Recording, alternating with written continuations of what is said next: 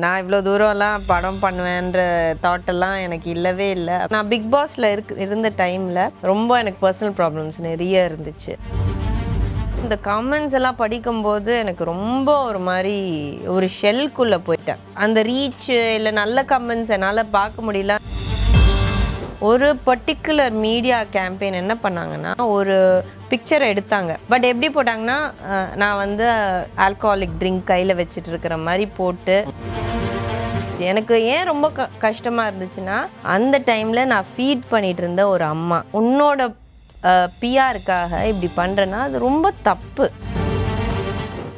Because அது வந்து ஒரு ஃப்ரெண்ட்லி பேண்டர், ஒரு 2 பேர் இருக்காங்க, அவங்களுக்குள்ளே கலாய்ச்சிப்பாங்க, அந்த மாதிரி தான் போச்சுன்னு அவங்க சொன்னாங்க. பாவனாக்கு ஐ திங்க் முன்னாடியே ஒரு பகை இருந்தது, அதெல்லாம் சுத்தமாக கிடையவே கிடையாது. சினிமாவும் கிரிக்கெட்டும் இணைய போகிறதா? எனக்கு சொல்கிறதுக்கு ஒன்றுமே இல்லை. நான் சோஷியல் மீடியாவில் போடுறது தான், நான் போடுறது வந்து நான் தான் போஸ்ட் பண்ணுறேன், அதனால அது இருக்குது. பிக் பாஸில் வந்து ஒரு நல்ல ட்ராக்ஷன், நல்ல ரீச் இருந்தது. நம்மள ஏன் நிறைய நல்ல ரோல்ஸுக்கு அப்ரோச் பண்ணல அப்படின்னு ஃபீல் பண்ணியிருக்கேன். எல்லாரும் கேட்குற ஒரு கேள்வி என்னன்னா, இஸ் இட் ஸ்கிரிப்டட் தான் ஃபர்ஸ்ட் கேள்வி. பட் எனக்கு அந்த ஸ்கிரிப்ட் வரல. இருந்தாங்கன்னா நான் நல்லா கொஞ்சம் நல்லா பெட்டராக பண்ணிருப்பீங்க.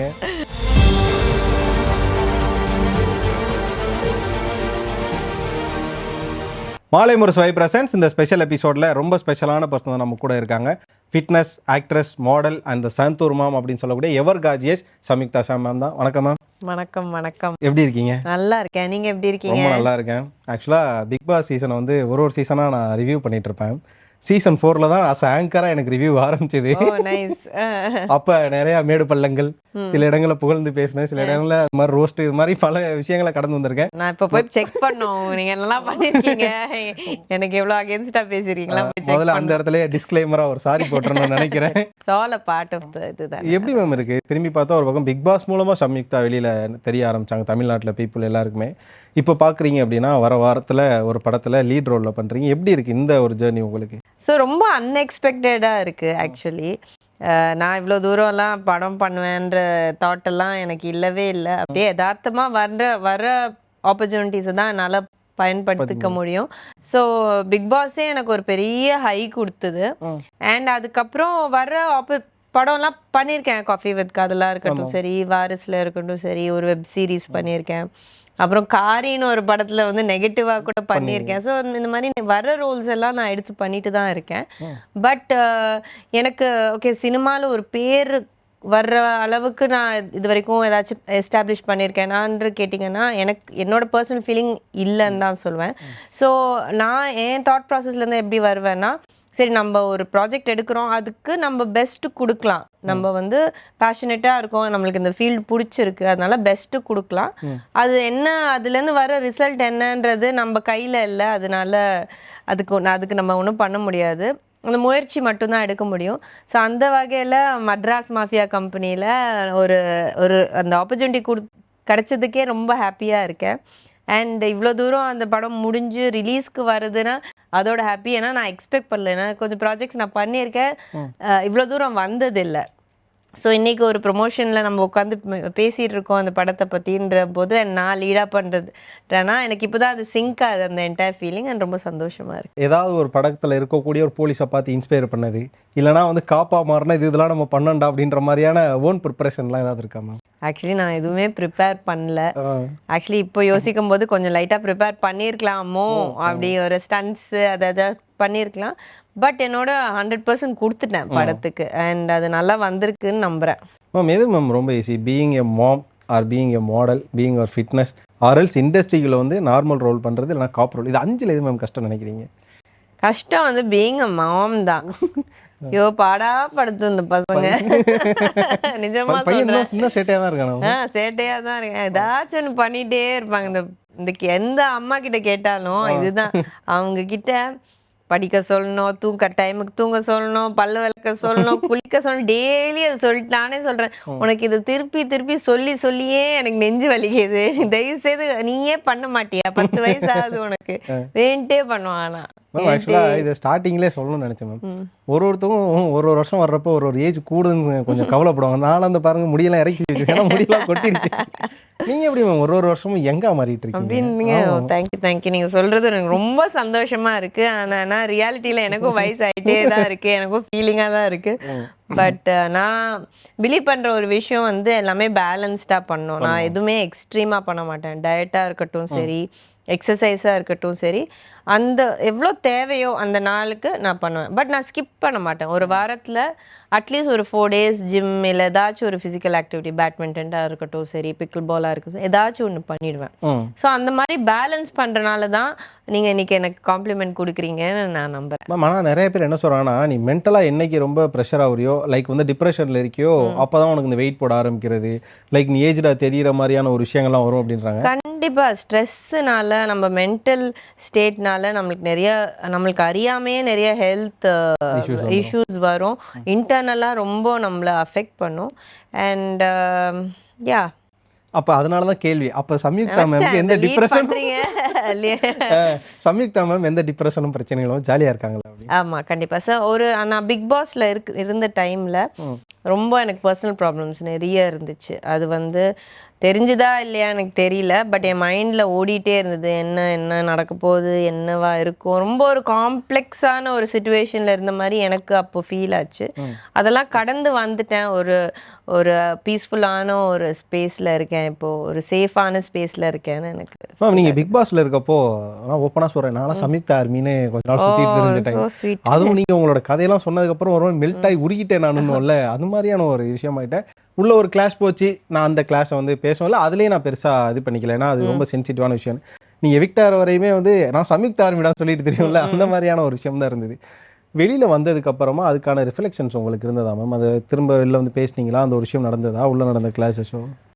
பர்சனல் கேட்குறீங்களா? இந்த கண்டஸ்டன்ட்குள்ள நான் ஒன்றும் பெருசாக அதுக்கப்புறம் பேசலை. பட் வெளியில் வந்த அப்புறம் எனக்கு வந்து இவ்வளோ இந்த பிக் பாஸோட இம்பேக்ட் தெரியல. நம்ம வந்து மீடியாலேயே இருந்திருக்கோன்னா ஓகே, இதெல்லாம் ஃபேஸ் பண்ணியிருப்போம். நான் வந்து கொஞ்சம் மாடலிங் பண்ணியிருக்கேன், அவ்வளோன்னு எனக்கு எக்ஸ்போஷர் இல்லை. அண்ட் அப்போது கரெக்டாக இந்த கமெண்ட்ஸ் எல்லாம் படிக்கும்போது எனக்கு ரொம்ப ஒரு மாதிரி ஒரு ஷெல்குள்ளே போயிட்டேன். அந்த ரீச் இல்லை நல்ல கமெண்ட்ஸ் என்னால் பார்க்க முடியல. ஏன் நம்மளை பற்றி இப்படி பேசுகிறாங்க, ஏன் இவ்வளோ நம்மளை வந்து இது பண்ணுறாங்கன்றது போயிட்டே இருந்தது. பட் அதுக்கப்புறம் அதை தாண்டி ஒர்க்கில் ஃபோக்கஸ் பண்ண ஆரம்பித்தேன். அதுக்கப்புறம் வந்த ஷோஸாக இருக்கட்டும் சரி, ஷூட்ஸாக இருக்கட்டும் சரி, அதில் ஃபோக்கஸ் பண்ண ஆரம்பிச்சிட்டேன். ஏன்னா எனக்கு ஒரு மாதிரி இப்போ ஒரு அண்டர்ஸ்டாண்டிங் இருக்குது, இந்த மாதிரி உனக்கு பிடிக்காத பீப்புளும் இருப்பாங்க, அதெல்லாம் நம்ம அக்செப்ட் பண்ணி தாண்டி போகணும். அது நம்ம ஜஸ்டிஃபை பண்ணிகிட்டே இருக்க முடியாதுன்றது எனக்கு ஒரு புரிதல் இருக்குது. மேம் இப்போ உங்களோட கடந்து வந்த பாதையை சொன்னப்போ மேம் நாங்கள் எப்படி இருந்தோம்னா, easy to connect with Samyuktha அப்படிங்கிற ஒரு பாயிண்டில் தான் இருந்தோம். இப்போ வெளியே வந்தால் ஈஸியாக அவங்களை கான்டாக்ட் பண்ணலாம், ஒரு இன்டர்வியூ கூப்பிட்றதோ அரல்ஸ் வந்து மீடியா ரிலேட்டடாக பேசுகிறதோ ஈஸி அப்படின்னு. ஒரு கட்டத்துக்கு அப்புறமா பாவனா மேம் கூட இருந்தீங்க. பாவனா மேம் ஒரு ஹாட் ஸ்டாருக்கு போனாங்க. அதுக்கப்புறமா எல்லாரோட பார்வையிலும் ஹாட் ஸ்டார்ல இருக்க ஷோஸ்லாம் ஹோஸ்ட் பண்ணிட்டு அப்படி இருந்தாங்க.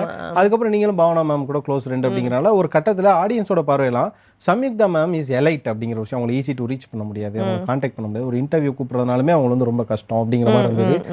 ஸோ இந்த இடத்துல பிரேக் பண்ண நினைக்கிறேன். நார்மல் ஆடியன்ஸோட பார்வையில் சம்யுக்தா மேம் எலைட்டா இல்லை வந்து எல்லாருக்குமான ஒரு ஆளா மேம்? டெஃபினட்டாக நான் எல்லாருக்கும் ஆள் தான்.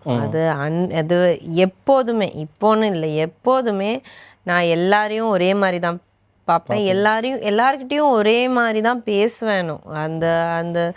அதுதான் என் நேச்சரேன்னு வச்சுக்கோங்களேன். ஏதாச்சும் ஒரு காமெடி அடித்து ஜாலியாக இருப்பேன், அதுதான் என் நேச்சரே. பட் மேபி இன்டர்வியூ ஸ்பெசிஃபிக்காக நீங்கள் கேட்டிங்கன்னா என்ன ஆகுதுன்னா, நம்ம சேனல், நான் என்னோட யூடியூப் சேனல்லே இருந்ததுன்னா நான் ஏதாச்சும் ஒரு காமெண்ட்ஸ் எல்லாம் இருந்ததுன்னா டெலீட் பண்ணிவிடுவேன். பட் சில யூடியூப் சேனல்ஸ் வந்து அந்த தம்ப்நெயிலாக இருக்கட்டும் ஏதாச்சும் நான் போடுறத வந்து வேறு மாதிரி ஒரு போர்ட்ரேட் பண்ணும்போது அந்த காமெண்ட்ஸும் கண்ணா பின்னான்னு இருக்குது. அது சில டைம் எனக்கு ஹர்ட் ஆகிற மாதிரி இருந்துச்சு. அது எதுக்குன்னு சொல்லி அவாய்ட் பண்ணுறது தவிர எனக்கு நான் இன்டர்வியூ கொடுக்கக்கூடாதுன்னு எல்லாம் கிடையாது. இப்போ நீங்கள் ஆடியோ லான்ச்சில், ப்ரெஸ் மீட்டில், அதுக்கப்புறமா ரீசெண்டாக கொடுத்த இன்டர்வியூஸ்லாம் ஒரு வார்த்தை சொல்கிறீங்க, அதாவது இங்கே ஒரு படத்தில் ஒரு உமனா வந்து நடிக்கிறதுங்கிறது கஷ்டம், அதை தாண்டி ஒரு லீட் ரோலோ இல்லைனா நிறைய ஸ்க்ரீன் ஸ்பேஸில் நடிக்கிற ரொம்ப கஷ்டம் அப்படின்னு. ஆனால் எங்களோட நான் வந்து ஓப்பன் ஒரு ஆடியன்ஸாக பார்க்குறப்போ சமீக்தா தானே பிக் பாஸ்லேருந்து நல்ல ரீச்சில் தான் வெளில வந்தாங்க. அதுக்கப்புறம் நிறையா ஆட் ஷோஸ் பண்ணுறாங்க. அதுக்கப்புறமா அவங்களும் நம்ம முதல்ல சொன்ன மாதிரி தான் எலைட் ஸ்பேஸ்லாம் இருக்கு, அவங்களுக்கு வாய்ப்பு கிடைக்கிறது கஷ்டமா அப்படிங்கிற ஒரு கேள்வி இருக்குல்ல மேம், அதுக்கான இது பதில் என்ன? சரி, நீங்களே சொல்லுங்க, ஒரு டிஃப்ரெண்ட்டாக நம்ம தமிழ் சினிமாவில் ரோல்ஸ் இருக்குன்னு நம்புறீங்களா? இல்லை இல்லை, ஹீரோயின்ஸ்க்கு கிடையாது. அதை வந்து அப்படி வந்தால் உமன் சென்ட்ரிக்னு சொல்லிடுவாங்க. ஆமாம், ஹீரோயின்ஸுன்றது அது மார்க்கெட் இருக்கா இல்லையான்றது எனக்கு வந்து அந்த பேசிஸில் நான் பேச விரும்பல. அண்ட் ஃபீமேல் சென்ட்ரிக்காகவும் கூட நான் பேச விரும்பல. நீங்கள் கேரக்டர்ஸாகவே பாருங்கள், ஒரு டிஃப்ரெண்ட் டைப் ஆஃப் ரோல்ஸ். இப்போது ஒரு உமனாக எடுத்திங்கன்னா நிறைய ஃபெசட்ஸ் இருக்குல்ல, ஒரு மதராக, ஒரு பிரெட் வின்னராக, ஒரு சிங்கிள் மாம் மேபி, இல்லாட்டி ஒரு காம்ப்ளெக்ஸ் ரிலேஷன்ஷிப்பில் இருக்கு, அவ்வளோ டிஃப்ரெண்ட் ஃபெசட்ஸ் இருக்குது. ஒரு ஏஜ்ட் லேடி, அது அந்த போர்ட்ரேயல் இன்னும் கொஞ்சம் இருக்கலான்ற நம்ம தமிழ் சினிமாவில். ஃபார் எக்ஸாம்பிள் இந்த லோக்கா படம் இருக்குல்ல, அது யாருமே அந்த மாதிரி ஒரு ஒரு பெட் பண்ண மாட்டாங்க, அந்த மாதிரி ஒரு அட்டெம்ப்ட். பட் எவ்வளோ பெரிய சக்ஸஸாக இருந்திருக்கு. ஸோ அந்த மாதிரி ஒரு ரைட்டிங் அண்ட் நம்ம தமிழில் அவ்வளோ ரிச்சான கல்ச்சரில் அவ்வளோ ஸ்டோரிஸ் இருக்கு, இல்லைன்னு இல்லை, கண்டிப்பாக நிறைய ஸ்டோரிஸ் இருக்கு. அதெல்லாம் எடுத்து வெளில வரணும்.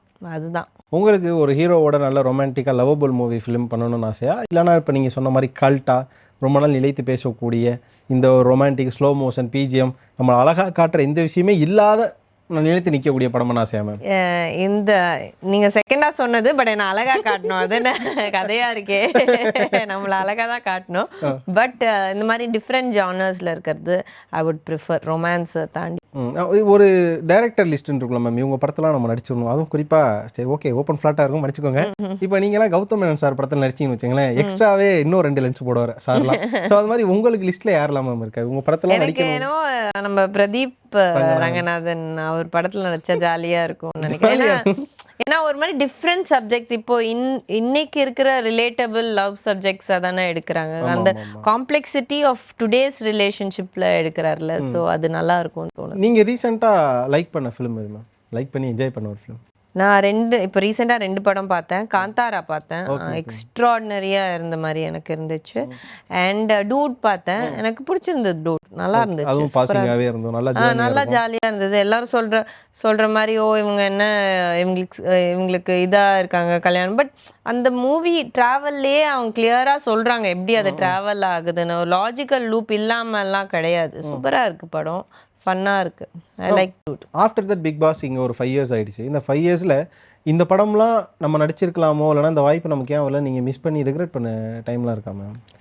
நான் அப்படி பார்த்து ரிக்ரெட் பண்ணதில்லை, பட் ஆல்வேஸ் யோசிச்சிருக்கேன், நம்ம வந்து பிக் பாஸில் வந்து ஒரு நல்ல ட்ராக்ஷன், நல்ல ரீச் இருந்தது, நம்மளை ஏன் நிறைய நல்ல ரோல்ஸுக்கு அப்ரோச் பண்ணல அப்படின்னு ஃபீல் பண்ணியிருக்கேன். ஆனால் உங்கள் டீமில் இருந்து படம் பண்ணதுன்னு பார்த்தா குறிப்பிட்ட நபர்கள் தான், அதில் நீங்கள் ஒரு ஆள் அப்படின்ற பட்சத்தில் அதில் எவ்வளோ லக்கியாக ஃபீல் பண்ணுறீங்க? ரொம்ப லக்கியாக ஃபீல் பண்ணுறேன். அதுதான் ஐ திங்க் வாய்ப்புகள் ஜென்ரலியே ரொம்ப கம்மியாக இருக்குதுன்னு நினைக்கிறேன். ஒரு டிஃப்ரெண்ட்டாக பண்ணலான்னா அந்த ஆப்பர்ச்சுனிட்டிஸ் கம்மியாக தான் இருக்குது. ஸோ அதில் வந்து எனக்கு வந்து ரொம்ப டிஸ்அட்வான்டேஜ் நினைக்கிறேன். ஏன்னா ஒன்று ஏஜ், அப்புறம் குழந்தை இருக்கிறது. ஏஜ் வந்து கன்சிடர் பண்ண முடியாது. ஜென்ரல் நான் சொல்கிறேன், அந்த யூஸ்வலாக ஐ திங்க் ஏடிஸும் டேரக்டர்ஸும் டிஸ்கஸ் பண்ணும்போது இதெல்லாம் ஒரு விஷயம், ஒரு ஃபீமேல் ஆர்டிஸ்ட் செலக்ட் பண்ணும்போது இதெல்லாம் வரலாம், அந்த வகையில் சொல்கிறேன். ஸோ அதெல்லாம் டிஸ்அட்வான்டேஜஸாக இருந்தாலும் எனக்கு இவ்வளோ தூரம் எனக்கு வந்து நல்ல ஆப்பர்ச்சுனிட்டிஸ் கிடச்சிருக்குன்னு தான் சொல்லுவேன். இன்னும் கொஞ்சம் பெட்டராக வந்திருக்கலாம், பட் ஓகே, இப்போது வந்ததுக்கு ஹாப்பி தான். உங்களுக்கு தோணியிருக்காமா இப்போ இந்த ஏஜ் அப்படிங்கிற ஒரு விஷயத்த சொல்கிறீங்க, மாமன்றது கூட நம்ம செகண்டாக வச்சுருவோம். இப்போ ஏஜ்ன்றப்போ மலையாளத்தில் இருக்கிற எவ்வளோ பேரை இங்கே வந்து நம்ம சுவாசிகா மேடமாக இருக்கட்டும், இவங்களெல்லாம் மஞ்சு வாரியர் இருக்கட்டும், இவங்களெல்லாம் நம்ம செலிப்ரேட் பண்ணுறோம்ல, தமிழ்நாட்டில் மட்டும்தான் அது இருக்குல்ல அப்படிங்கிறத நினச்சிருக்கீங்களா மேம்? எனக்கு தெரிஞ்சு நம்ம தமிழ் சொசைட்டியே கொஞ்சம் கன்சர்வேட்டிவ் சொசைட்டி. மேபி ஆமாம், மேபி விட மாட்டாங்கன்னு நினைக்கிறேன் படத்துக்கு, அது ஒன்றா இருக்கலாம். அண்ட் மலையாளம் ஆர்டிஸ்டும் அவங்க ஸ்ட்ரகிள் பண்ணி அங்கே ஹிட் கொடுத்துட்டு தான் இங்கே வந்து பண்ணுறாங்க. பட் நம்ம ஃபிலிம் மேக்கர்ஸ் அவங்க ஒரு எஃபர்ட் எடுத்து டேலண்ட்ஸ் எடுத்துகிட்டு வரலாம் நம்ம ஊர்லேருந்தோன்றா என்னோட இது. Especially in terms of colour, இப்போ வந்து நம்ம எப்போ பார்த்தாலும் ஒரு சின்ன குழந்தை இருக்குன்னு வச்சுக்கோங்களேன், ஒரு வளர்ற கேர்ள், அவங்க டெலிவிஷன் டிவி பார்க்கும்போது எப்போதுமே ஃபேராக இருக்கிறவங்கள தான் ஒரு பியூட்டி ஸ்டாண்டர்டாக பார்த்துட்டே இருந்தா அவங்க வந்து தன்னைத்தானியாக நினச்சிப்பாங்க. இந்த மாதிரி நம்ம வந்து அழகு கிடையாது, ஏன்னா டிவியில் அவங்க தான் ஹீரோயின், அவங்க தான் அழகு. ஸோ நம்மளுக்கு வந்து அது இல்லையோ அப்படின்னு ஒரு ஏக்கம் வரும்ல, அதை பிரேக் பண்ணுற மாதிரி ஃபிலிம் மேக்கர்ஸ் ஒரு அட்டெம்ப்ட் எடுக்கணும். அது ஒரு பெரிய விஷயம். ஏன்னா நம்ம சொசைட்டியாக எல்லாரோட செல்ஃப் மாரலை நம்ம பூஸ்ட் பண்ணோம்னு வச்சுக்கோங்களேன். As a society we will grow, especially உமனோடது. சூப்பரான பாயிண்ட் மேம். இது கூடவே இப்போ ஒன்று கேட்கணும்னு நினைக்கிறேன், இண்டஸ்ட்ரியில் உமன்ஸ்க்கான ப்ரைவேசி இருக்குன்னு நம்புறீங்களா மேம்? இண்டஸ்ட்ரி ஆஸ் சச்ன்றீங்களா? சினிமா பிரைவசின்னு கேட்டிங்கன்னா எப்படி? அதாவது பர்சனல் லைஃப்பை எடுத்து பேசுறது, ஒருத்தவங்களோட இப்போ கூட கௌரி கிஷனுக்கு ஒரு இஷ்யூ ஆச்சு, கேள்விப்பட்டிருப்பீங்க. கரெக்ட். நீங்கள் ஓகே, ப்ரைவசி அஸ் சச் வந்து மீடியாவில் நம்ம எக்ஸ்பெக்ட் பண்ண முடியாது. ஏன்னா ஒரு மீடியாவில் இருக்கிறவங்க வந்து அவங்க பப்ளிக் லைட்லேயே இருக்காங்கல்ல, அவங்கள பற்றி ஏதாச்சும் ஒரு விஷயம் இருந்தாலே எல்லாருக்கும் பேச தோணும். ஏன்னா அந்த ஒரு க்யூரியாசிட்டி, அவங்க ஃபேன்ஸாக இருக்கலாம், அதை பற்றி தானே ஒரு காமனாக ஒரு ஃபேமஸாக தெரிஞ்சவங்களை பற்றி தானே எல்லாரும் பேச முடியும். அது ஒரு விஷயம் இருக்குல்ல. ஸோ நம்ம ரொம்ப வந்து அதை ரொம்ப பாதர் பண்ணக்கூடாது. நமக்கு முடிஞ்ச அளவுக்கு அதை ஆன்சர் பண்ணலாம். இல்லை நான் எனக்கு நாட் இன்ட்ரெஸ்டட் இன் ஆன்சரிங் அப்படின்னு பாஸ்ன்னு சொல்லி, and I think everybody will respect that. அது ஒரு விஷயம் இருக்குது. இன்னொன்று வந்து ஒருத்தங்க கேள்வி கேட்குறாங்கன்னா அந்த பர்சன் இன்வால்வ்டை வந்து ட்ரிகர் பண்ணுற அளவுக்கு கேட்கக்கூடாது. இப்போல்லாம் கண்டென்ட்டுக்குன்னே ட்ரிகர் பண்ணி அது ஒரு ட்ராமா ஆக்கி பேசுகிற மாதிரி நிறைய ஜேர்னலிஸ்ட் மீடியா பேசுகிறாங்க. ஸோ அதை வந்து அவாய்ட் பண்ணலாம். எல்லாரோட பவுண்டரிஸை ரெஸ்பெக்ட் பண்ணணுன்னு தான் நான் நம்புகிறேன். நீங்கள் மேம் இந்த இஷ்யூ வந்ததுக்கப்புறமா இல்லைனா படம் முடிச்சுட்டு நம்மளும் ஒரு ப்ரெஸ் மீட் கொடுக்கணும், எந்த கேள்வி கிட்ட என்ன பதில் கொடுக்கும், அது மாதிரிலாம் ப்ரிப்பேர்டாக எதுவும் ஆயிருக்கீங்களா மேம் இப்போதைக்கு? அப்படியெல்லாம் கிடையாது, எனக்கு இல்லை. பட் மேபி எப்படி கௌரிக்கு அந்த இஷ்யூ ட்ரிகர் ஆச்சோ, எனக்கு ஏதாச்சும் ட்ரிகர் ஆகிற மாதிரி கேட்டால் நானும் மேபி எரப்ட் ஆவேன். ஏதாச்சும் என்னை புண்படுத்துகிற மாதிரி ஒரு இது இருந்ததுன்னா, ஸோ அது ஒரு மியூச்சுவல் ரெஸ்பெக்ட் அண்ட் அண்டர்ஸ்டாண்டிங். அந்த டாபிக் வேண்டாம்னு சொன்னால் அது வந்து ரெஸ்பெக்ட் பண்ணணும். ஆமாம், அதை நோண்டி கேட்கக்கூடாது. அதுதான். இப்போ மேம் ஒரு படத்துக்கான ப்ரொமோஷனாக கிளீஷியாவாக நிறையா கொஸ்டின்ஸ் இருக்கும். இந்த படத்துக்கு எப்படி நீங்கள் கமிட் ஆனீங்க, முதல் ஷார்ட் என்ன? ஆனால் உங்களோட இன்டர்வியூவில் மட்டும் கிளீஷியாவாக நான் 2-3 இன்டர்வியூ பார்த்துட்டேன். இந்த ஒரு கொஸ்டின் இருக்க போகுது. I am sorry for interrupt. சினிமாவும் கிரிக்கெட்டும் இணைய போகிறதா அப்படிங்கிற ஒரு கேள்வி தான் மேம். அது ஒரு பக்கம் வந்து நான் முதல்ல சொன்ன மாதிரி தான், அது வந்து ரூமர்ஸாக காசிப்ஸாக ஆரம்பிச்சது, ஒருவேளை இருக்குமோ அப்படின்னு ஆரம்பிச்சது, இப்போ கிட்டத்தட்ட இருக்கும் அப்படிங்கிற மாதிரி ஆயிடுச்சு. நீங்களே சொன்னீங்கன்னா ரொம்ப சந்தோஷமாக இருக்கும். எனக்கு சொல்கிறதுக்கு ஒன்றுமே இல்லை. நான் சோஷியல் மீடியாவில் போடுறது தான். நான் போடுறது வந்து நான் தான் போஸ்ட் பண்ணுறேன். அதனால அது இருக்குது, அவ்வளோதான். ஓகே, நாங்கள் வந்து நீங்கள் போஸ்ட் பண்ணீங்களா? நாங்கள் ஃபஸ்ட் என்ன நினச்சோம், ஒரு ஈவெண்ட்டை ஹோஸ்ட் பண்ண போகிறீங்களோ, ஏன்னா பாவனா வேறு நீங்கள் இருக்கீங்க, இன்னொரு பக்கம் அவர் அனிருத்தாவும் வந்து அதிகமாக அவங்க அப்பா கூட லைவ் போவார், ஹோஸ்ட் பண்ணுவார். ஸோ இது ஒரு ஹோஸ்டான ரிலேஷன்ஷிப்னு நினச்சோம். ஆனால் வந்து சோஷியல் மீடியாவில் போஸ்ட் பண்ணுற அளவு வரும்னு நினைக்கல. Anyways congratulation ma'am. தேங்க்யூ. ரொம்ப ஹாப்பியாக இருக்குது, ஒரு நல்ல லைஃப்பில் கால் எடுத்து வைக்கிறீங்க அப்படின்ற பட்சத்தில். அதுக்கப்புறமா திரும்ப கொஞ்சம் பிக் பாஸ் பேசலாம், ஏன்னா பிக் பாஸ்க்கும் உங்களுக்கும் நிறைய விஷயங்கள் இருக்கிறதுனால. கண்டிப்பாக. ஒருவேளை மேம் இந்த பிஆர் அப்படிங்கிற விஷயங்கள்லாம் நீங்கள் போகிற சீசன்லேயே இருந்து உங்களுக்கு தெரிஞ்சிருந்தா நீங்கள் இன்னும் கொஞ்சம் நாள் நீடிச்சிருப்பீங்களா மேம் அங்கே? யா, ஐ திங்க் ஸோ. ஏன்னா என்ன ஒரு பர்டிகுலர் இன்சிடென்ட் எனக்கு ரொம்ப ஹர்ட் ஆச்சுன்னா, அப்போது வந்து நான் உள்ளே போகிறதுக்கு முன்னாடி என்னோடய ஃபேஸ்புக்கெல்லாம் லைக் ஓப்பனில் இருந்தது. அண்ட் எனக்கு அவ்வளோ ஃபாலோவர்ஸ் வியூவர்ஸ் எதுவுமே இல்லை. அட்லீஸ்ட் இன்ஸ்டாகிராமில் கொஞ்சம் ஜாஸ்தி இருந்தது, ஏன்னா மாடலிங் பிக்சர்ஸ்லாம் போடுவேன். இன்ஸ்டாகிராமில் வந்து என்னோட ஃபேமிலி பிக்சர்ஸ் எல்லாமே இருந்தது. ஒரு பர்டிகுலர் மீடியா கேம்பெயின் என்ன பண்ணாங்கன்னா, ஒரு பிக்சர் எடுத்தாங்க. அதில் வந்து நான் ஒரு லெமோசினில் இருப்பேன், என் குழந்தை கையில் இருக்கும், என் கையில் ஒரு கிளாஸ் இருக்கும், அப்புறம் என்னோட எக்ஸு அவங்க ஃப்ரெண்ட்ஸ் எல்லாம் இருந்தாங்க. அப்போது நான் ஆக்சுவலி வந்து என் குழந்தை 6 months நான் ஃபீட் பண்ணிகிட்டு இருந்த டைம் அது. பட் எப்படி போட்டாங்கன்னா, நான் வந்து அதுனா ஆல்கஹாலிக் ட்ரிங்க் கையில் வச்சுட்டு இருக்கிற மாதிரி போட்டு, நான் வந்து இந்த மாதிரி இன்னொரு கண்டஸ்டன்ட் வந்து எவ்வளோ மக்களுக்கு பண்ணுறாங்க அந்த மாதிரி போட்டாங்க கம்பேர் பண்ணி அது ரொம்ப வைரலாக போச்சு. எனக்கு ஏன் ரொம்ப கஷ்டமாக இருந்துச்சுன்னா, அது என் பர்சனல் ஸ்பேஸ்ல இருந்து நீ ஒரு ஃபோட்டோ எடுத்திருக்க. அந்த டைமில் நான் ஃபீட் பண்ணிட்டு இருந்த ஒரு அம்மா, நான் கையில் பிடிச்சிட்டு இருந்தது வந்து அந்த ஆப்பிள் ஜூஸ். நீ தெரியாமல் உன்னோட பிஆருக்காக இப்படி பண்ணுறேன்னா அது ரொம்ப தப்பு. ஒரு ஃபேக்ட் செக் பண்ணி அட்லீஸ்ட் நீ பண்ணணும். பட் அதெல்லாம் கடந்து வந்தாச்சு. பட் லைக் எனக்கு வந்து நான் எனிவே இப்போது ஓகே பிஆர் பண்ணாதான் அந்த நம்ம ஸ்ட்ராங்காக இருப்போன்றது தெரிஞ்சாலும் நான் பண்ணியிருக்க மாட்டேன். இப்படி மற்றவங்கள லைக் தாழ்த்தி பண்ணோன்னு தேவையே இல்லை. அதுக்கு மற்றவங்க என்னை பற்றி தப்பாக நினச்சா கூட பரவாயில்ல. ஒரு நாள் சுற்றி அந்த என்ன உண்மையோ அது வெளில வரதான் போகுது. அது ஐ பிலீவ். ஸோ இந்த பிக் பாஸ் அல்டிமேட் ஒன்று நடந்தது மேம், காலில் வந்ததா அதுலேருந்து உங்களுக்கு? எனக்கு கால் பண்ணல ஆக்சுவலி. அண்ட் ஐ திங்க் இப்போ வந்து பிக் பாஸ் லைவ் இருக்கிறனால நிறைய அது ஒரு குட் திங்காக இருக்குது. ஸோ நிறைய கரெக்டாக என்ன நடக்குது அந்த பிக் பாஸ் ரொம்ப தீவிரமாக பார்ப்பாங்களா, அவங்களுக்கு ஒரு நல்ல புரிதல் இருக்குன்னு தோணுது. ஸோ ஈவன் பிஆர் வந்து கரெக்டாக அந்த ஸ்டோரிஸை ட்விஸ்ட் பண்ண முடியல அவங்களால. மேம் நீங்கள் எவ்வளோ கம்ஃபர்டபுள் கொடுக்குறீங்க ஆங்கராக, எனக்கே எவ்வளோ கொடுக்குறீங்கன்றப்போ ஹவுஸ்மேட்ஸ் டைம் கொடுத்துருப்பீங்க. ஆனால் வெளியில் நம்ம வந்து இப்படி போர்ட்ரே ஆகிட்டோம் மாதிரி ஃபீல் பண்ணியிருக்கீங்களா மேம்? ஆமாம், கொஞ்சம் ஃபீல் பண்ணேன். கண்டிப்பாக ஃபீல் பண்ணேன். ஏன்னா நான் நினச்சேன் சரி ஓகே, ஏன்னா எனக்கு அது கடைசி வரைக்கும் இப்படியா நான் எலிமினேட் இதுனா நம்ம 5 வருஷம் பழைய கதை பேசிட்டு இருக்கோம். பட் ஓகே, எலிமினேட் ஆன நாள் வரைக்கும் அது அவ்வளோ பெரிய விஷயம் வெளில நடந்துட்டு இருந்தது எனக்கு தெரியவே இல்லை. இப்போ மேம் இவ்வளோ சீசன்ஸ் வந்துருச்சு, உங்களோட தாட்டில் எனக்கே தோணியிருக்கா இவங்களுக்கு வந்து இதுக்கான எலிஜிபிளே இல்லைப்பா, இவங்களுக்கு கப் அடிச்சிருக்காங்க, பேர்லாம் சொல்ல வேணாம், பட் அது மாதிரி தோணியிருக்கா மேம் உங்களுக்கு? அப்படிலாம் இல்லை, அவங்களோட இதில் தானே குவாலிஃபிகேஷன்ஸ்ல தானே வராங்க, கடந்து வராங்க.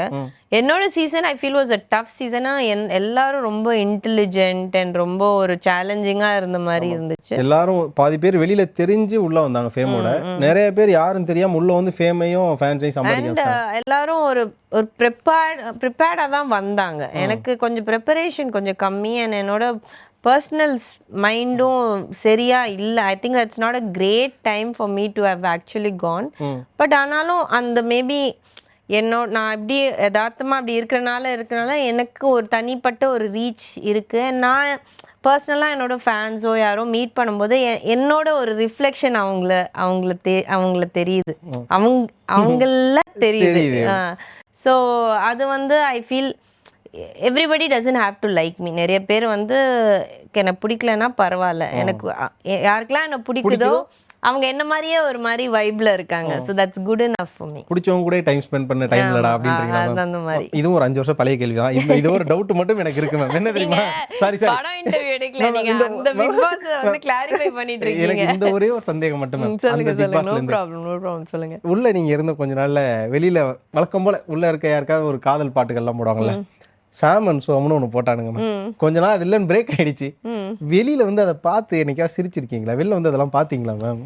நான் ஆக்சுவலி ஃபுல்லாக பார்க்கல. நாங்கள் we were made to do and dance together இல்லை, அது மட்டும்தான். எனக்கு சோமுக்கு வந்து மற்றவங்க மேலே தான் கண்டு ஜாஸ்தி.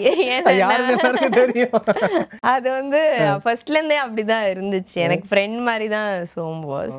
ஸோ நான் அதெல்லாம் பெருசாக நோட் பண்ணல, கண்டுக்கல. இப்போ நான் கேட்ட மாதிரியே உங்களுக்கு பட செட்டில், அதான் மெட்ராஸ் மாஃபியா கம்பெனி செட்டில் யாரெல்லாம் வந்து பிக் பாஸ் பற்றி ஒருவேளை இதெல்லாம் உண்மையா சாம், இது மாதிரி ஸ்கிரிப்டடா, இது மாதிரிலாம் கேட்பாங்க நிறைய பேர். எல்லாரும் கேட்குற ஒரு கேள்வி என்னன்னா, இஸ் இட் ஸ்கிரிப்டட் தான் ஃபர்ஸ்ட் கேள்வி. பட் எனக்கு அந்த ஸ்கிரிப்ட் வரல. இருந்தாங்கன்னா நான் நல்லா கொஞ்சம் நல்லா பெட்டராக வின்னர் அப்படின்றப்பீங்க.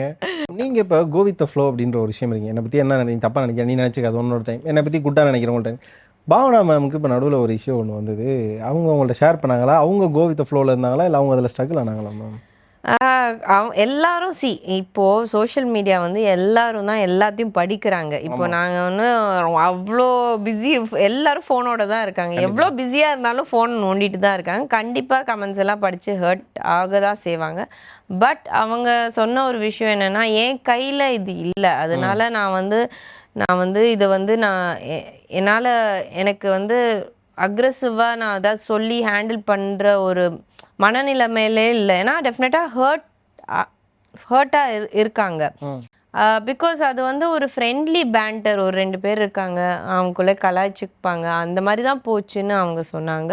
அண்ட் ஓவராலாக அந்த ஷோவில் இருக்கிறவங்க அது புரிஞ்சுப்பாங்க. அண்ட் பாவனாக்கு ஐ திங்க் முன்னாடியே ஒரு பகை இருந்தது, அதெல்லாம் சுத்தமாக கிடையவே கிடையாது. நரேட்டிவ்லாம் பார்க்குறப்ப எப்படி ஆமாம், அது வந்து லைக் ஏன் இப்படி பண்ணுறாங்கன்னு தான் இருந்தது. உங்ககிட்ட அதை சொல்லி ஃபீல் பண்ணாங்களா மேம்? நான் ஒரு விதத்தில் சொன்னேன், அது ஒரு விதத்தில் போயிடுச்சு. ஆமாம், ரொம்ப ஃபீல் பண்ணல. நான் என்ன பண்ண முடியும், இப்படி போயிருச்சு, அந்த மாதிரி ஃபீல். மேம் இந்த படத்துலையுமே நாங்கள் ட்ரைலரில் பார்க்குறோம், ஹஸ்பண்டெல்லாம் அடிக்கிற மாதிரியான சீன்ஸ் எல்லாம். அது என் ஹஸ்பண்டே இல்லை. ஆகா, இல்லை மேம், நீங்கள் வீடு நைட்டி எல்லாம் போட்டிருப்பீங்களா? நைட்டி தானே மேம் அது நைட் ட்ரெஸ்ஸா மேம்? ஆமாம், அது சுடிதார். போலீஸ்னா கெட்டவனை தான் அடிப்பேன் நான். நான் தான் நினைச்சேன், சரி ஓகே இவங்க வந்து அடங்காத ஒரு மெச்சூர்டான ஒரு போலீஸ் போல, அதனால தான் ஆண்கள்னாலே பிடிக்காம போயிட்டு கேஸ் எல்லாம் போடுறாங்க அப்படின்னு நினைச்சேன். என்ன நீங்க ரொம்ப